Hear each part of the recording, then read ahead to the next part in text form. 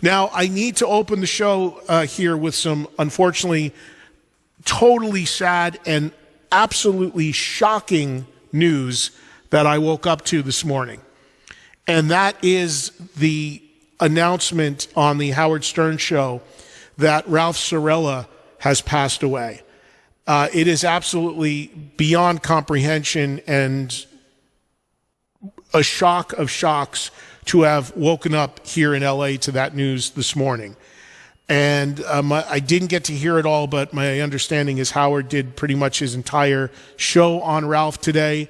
Shocking, shocking news, because me and many others had no idea he was sick. And I'm just hearing some, the little bit that Howard said in the bit that I was able to hear before I got on the air here myself, that I guess he had been diagnosed with lymphoma, but he actually had passed away because he was having a procedure done and his heart stopped.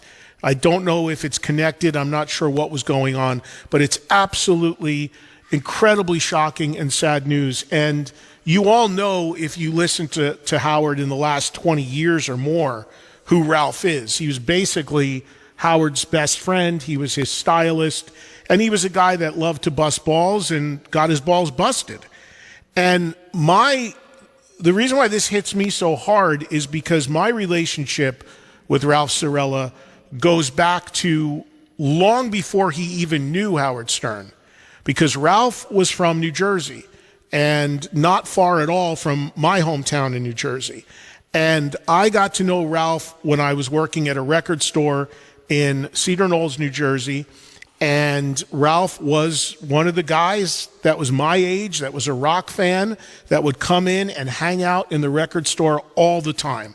And we became friends, and we remained friends. And even back then, even back before, he had anything to do with Howard Stern, Ralph was always into makeup and clothing and that sort of stuff, And I remember this because I used to always give him shit because it's interesting now thinking of me celebrating 40 years of radio, because when I first started in radio, it was on a station in New Jersey where I started professionally 40 years ago, WDHA. The station is still on the air. It's still a rock station.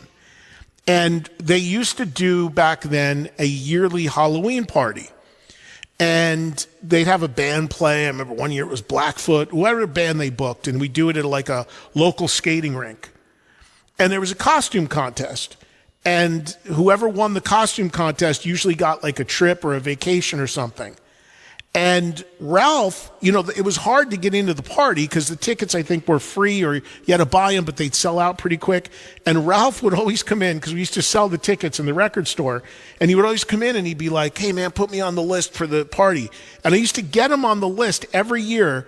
And the son of a bitch won the party every year because he was, even before he started doing stuff for Howard, and I think it was the Channel 9 show or whatever, he would come up with these elaborate outfits that were way beyond the usual Halloween costume you'd get in the store. I remember one year he came in with, I think, his girlfriend at the time, and he was dressed as Beauty and the Beast. And he walked in the store to show me the costume, and I'm looking at him like, "Who is that?" And he's like, "It's me, it's Ralph." And I go, "Cirella, what?" And it's the most elaborate thing I ever saw. It was like the craziest Halloween costume. I'm like, "Where'd you buy that?" He goes, "I made it." I go, "What?" So, we were just kids, we were 19, 20, 21 years old, and we remained friends, and we had a mutual friend, a guy named John D'Angelo, who used to hang out with all the time, who lived in the area at that time, and the three of us would often party up at his house. He had a big house, this guy, and we'd hang out with him. We'd go to concerts together, and I remember when Ralph started connecting with Howard a little bit early on, and it was just a really cool thing because, of course, we were all big Howard fans, and here was Ralph starting to get a line into him. And then the next thing the last however many years, history is history, and he became really his best friend in a lot of ways. And in all honesty, in the last 20 years, I was not nearly in touch with Ralph as much. He kind of went his own way. I kind of did my own thing, but he dropped me a text from time to time. I drop him a text from time to time. The few times I've been on the Howard Stern show on the phone for whatever reason, I remember one time Ralph called in afterwards and gave Howard some context about our friendship and all of that. So, just a shocking loss and sad news today. Because again, he's my age. Ralph's definitely my age, give or take a year. And just shocking news to hear that somebody like that again, in recent years, I wasn't nearly as close in touch with as I had been, but that's only natural and happens a lot with people that you grew up with. But, he was still around. We'd still exchange texts every once in a while. We'd still say hello and run into each other and all of that.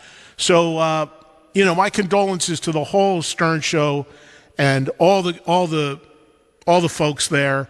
And of course, Ralph's family and his friends. And, he had his own show for a little while with Howard called Geek Time. And the whole Hey Now thing was a signature of him. So it's just, man, stuff like that when it hits you, when they're people your age and something happens and takes them out so quick and so unexpectedly, it's a real gut check. So I know everybody's dealing with it, especially at SiriusXM, especially with the Stern Show, and of course his family as well. So I absolutely wanted to say a few words about Ralph today, because he was a friend, and we basically grew up together as geeks into rock music in Jersey back when we were kids.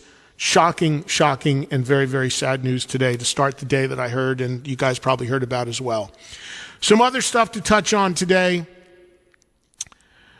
KK Downing with a new, and it's funny, Ralph would love that I'm doing this now that I think about it, because Ralph listened to my radio show when I first started doing this 40 years ago. He would come up and hang out with me sometimes, and he was enamored with the fact that I ended up being the geek that got a radio show. So he would, I'm just thinking that for a second, he would laugh that what I do now, giving music news, is what I've literally been doing every radio show I've had my entire career.